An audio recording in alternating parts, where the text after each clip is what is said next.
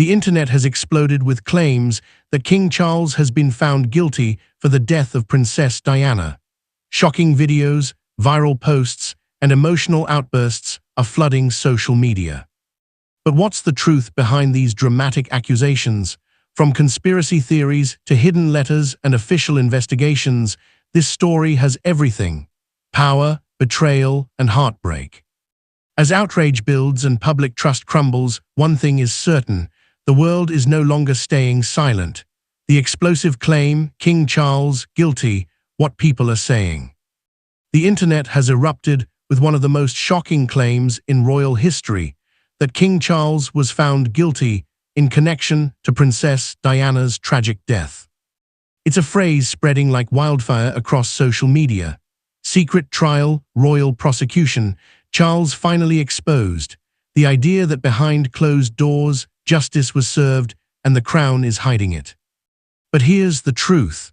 No official court in the United Kingdom or anywhere in the world has ever charged, let alone convicted King Charles for anything related to Diana's death. The claim, as dramatic as it sounds, has no legal foundation. It isn't real, not in courtrooms, not in law, and not in official history. Still, people believe it. Why? Because the power of belief often outweighs the power of proof. According to YouGov UK, a sizable chunk of the public continues to question the official story about Diana's death. Many believe something was covered up, and that disbelief has created a space for wild theories that don't need evidence, only emotion. On platforms like Facebook, YouTube, and TikTok, creators post heavily edited videos with titles like "Camilla Confesses" or "Anne Testifies Against Charles." Most of these clips mix unrelated footage with fictional dialogue set to ominous music, giving the impression of a royal scandal in full collapse. But in reality, these are modern myths, not courtroom facts. Still, they're powerful myths because the ingredients are all there. A princess lost too soon, a royal marriage that ended in heartbreak, a queen who was once the other woman, and a nation still haunted by the night of August 31st, 1997. The idea that justice has finally been served in secret is irresistible to those who never accepted the official version. It's the kind of claim that doesn't require truth, just tension. And that's where we are, a royal house under public suspicion, a king facing accusations not from judges but from the court of public opinion. But to understand how this claim even took hold, we need to go back to the night the world changed forever, the night of the crash. What really happened? It was just past midnight on August 31st, 1997, when a black Mercedes-Benz S280 sped into the Pondalma tunnel in Paris and never came out the same. Inside were 4 people: Princess Diana, her companion Dodie Fyed, their driver Henri Paul, and bodyguard Trevor Ree Jones. Minutes later, the world was shaken by one of the most devastating events in modern royal history. The crash was brutal.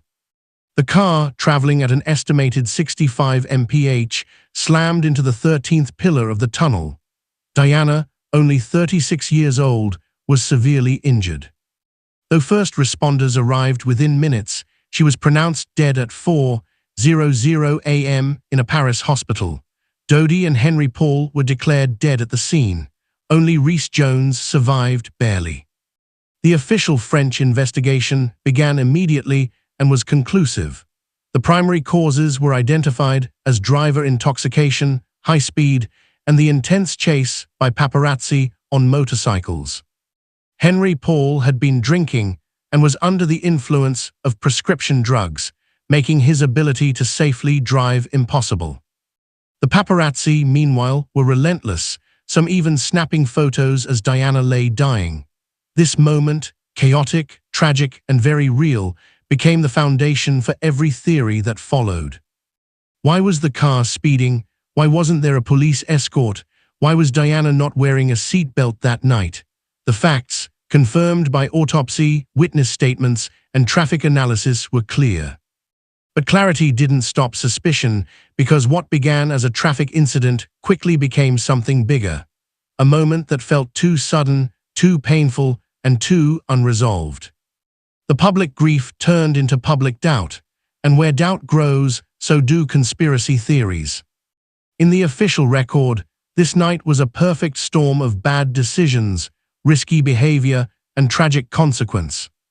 But in the minds of many, it became the opening chapter of something darker, a royal cover-up, a silent assassination, or a calculated removal of the people's princess. And it didn't take long for names to start surfacing. Names like my six, Camilla, and most of all, Charles. Conspiracy theories erupt where the guilty narrative began. In the days and weeks following Princess Diana's death, grief swept the world, but so did doubt. As millions mourned, some began to question everything. The speed of the crash, the role of the paparazzi, the response times, and then deeper questions started to surface. Was this really an accident, or was it something more sinister? That question sparked the birth of one of the most widely believed conspiracy theories in modern royal history.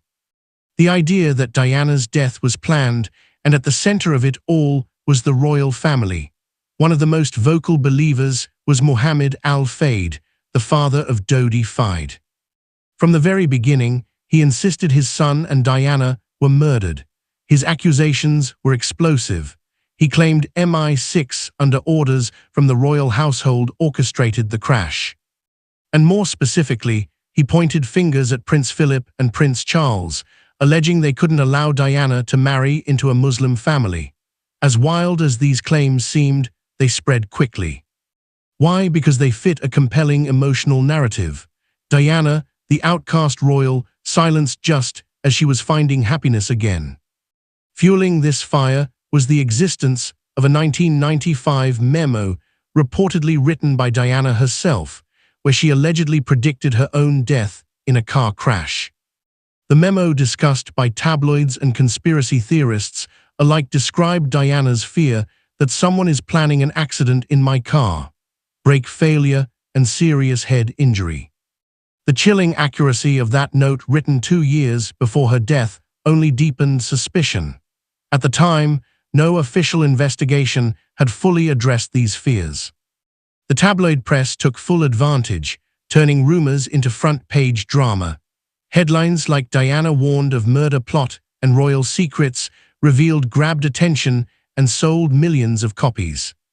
Meanwhile, internet forums exploded with amateur theories, piecing together timelines, interpreting gestures, and connecting names like Camilla, Charles, and British intelligence. Even Diana's 1995 interview with Martin Basher added fuel to the fire, when she said there were 3 of us in this marriage, so it was a bit crowded. The public saw her as vulnerable, surrounded by enemies, including within the palace. By the late 1990s, the narrative had taken on a life of its own. Diana wasn't just a victim of a crash. She was, in the eyes of conspiracy believers, the target of a powerful institution protecting its own legacy at any cost. And at the center of that narrative, rightly or wrongly, stood Prince Charles. But one piece of so-called evidence became a turning point in this theory. A single letter that Diana allegedly wrote in fear for her life. The evidence claim number 1, Diana's letter of fear. In 2003, a letter surfaced that changed everything. It was published by Paul Burl, Diana's former butler, in his controversial book, A Royal Duty. Inside was a handwritten note allegedly from Diana herself, dated back to October 1995, 2 years before the fatal crash. In it, she wrote something that stunned the world. "My husband is planning an accident in my car, brake failure and serious head injury in order to make the path clear for him to marry." That one sentence launched 1,000 theories. The mention of "my husband" was instantly interpreted to mean Prince Charles, and the implications were clear. Diana feared for her life, and she believed the royal family might want her gone. Burl claimed Diana gave him the note to hold as insurance in case anything happened to her. Conspiracy theorists grabbed hold of it like a smoking gun. They called it proof of intent, and it quickly became one of the most widely cited pieces of evidence in the campaign to portray Charles as responsible, not just emotionally, but criminally. But the truth behind the letter is more complicated. First, the authenticity of the letter has never been formally contested. It was confirmed as being in Diana's handwriting. However, the context is key. The letter was written during a period when Diana was under immense emotional strain. She had separated from Charles, was deeply suspicious of those around her, and according to friends, felt isolated and unsafe. Even the British police, during Operation Page, reviewed the letter extensively. They interviewed Paul Burrell and asked Charles about the claims. But investigators found no supporting evidence that Diana's fears were based on actual plots. Charles was never considered a suspect, only a witness. Still, the damage was done. That one letter, printed in tabloids, quoted in documentaries, and shared across the internet, became central to the mythos that Diana had been silenced. For many, it didn't matter whether the claims were ever proven in court. The emotional weight of Diana predicting her death made the idea of a royal plot feel believable, even inevitable. To this day, that letter is cited by those who believe in Charles's guilt, not because it proves anything in court, but because it feels like truth to those who never trusted the palace. But what did the actual police investigation say? That's exactly where we're heading next. Operation Paddock, the police response. By the early 2000s, the noise around Princess Diana's death had grown too loud to ignore. The theories were everywhere. Tabloids, books, documentaries, online forums, all pointing fingers, many aimed directly at Prince Charles. Pressure was building, not just from the public, but from Mohammed Alpha, who kept demanding answers. So in 2004, the British Metropolitan Police launched a massive investigation.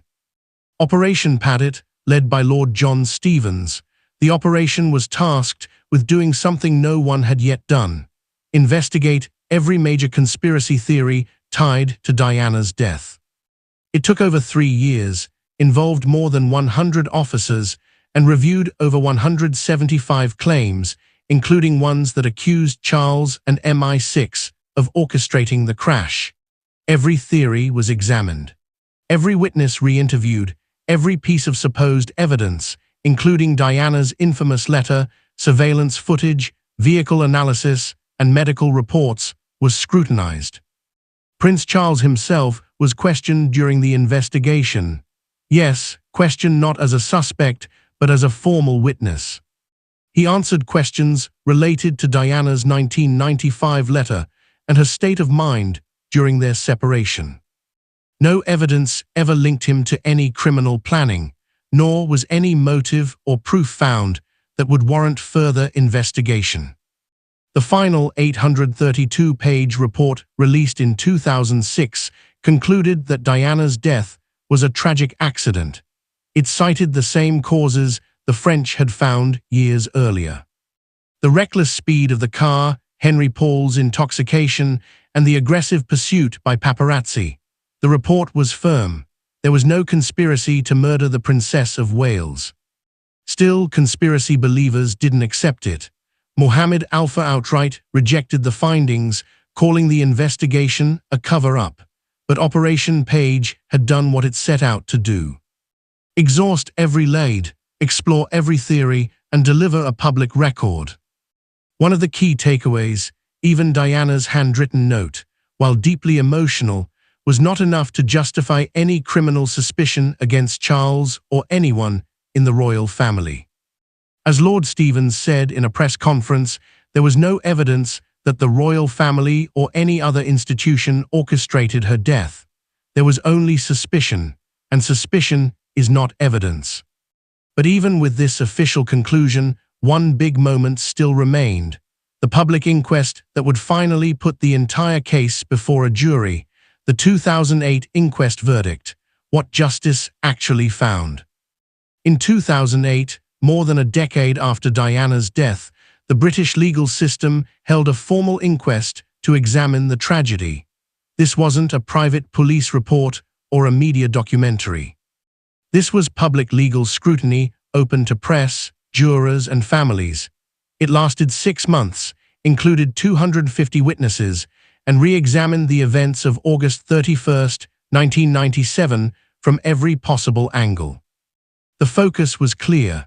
Was Diana's death truly an accident, or was someone responsible?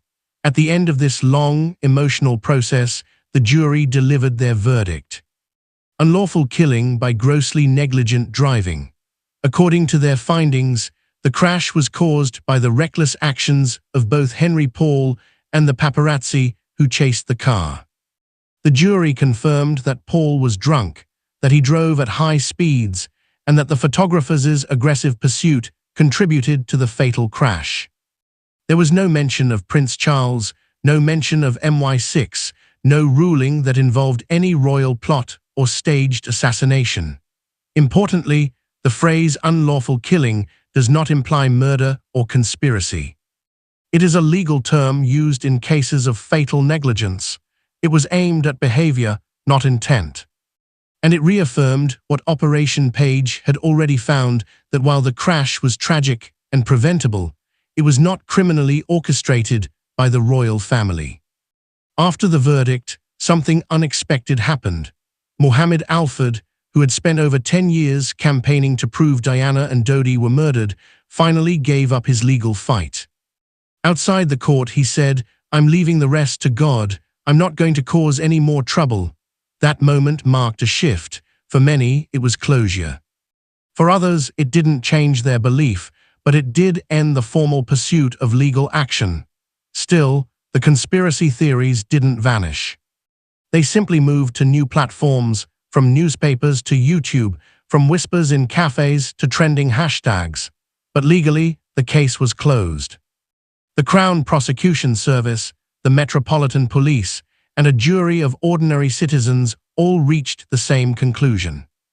Princess Diana's death was a preventable accident, not a royal crime, yet even with justice served in court, the question remained, why do so many still believe otherwise? That answer lies not in facts but in feelings, and that's what we explore next, why people still believe the royal conspiracy. The courts spoke, the inquests ended.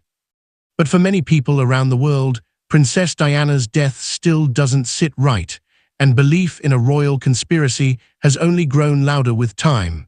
Why? Because for millions, this tragedy isn't just about what happened. It's about what could have happened and who they believe had something to gain. Decades after the 1997 crash, public trust in official institutions, the monarchy, the police, even the media has declined.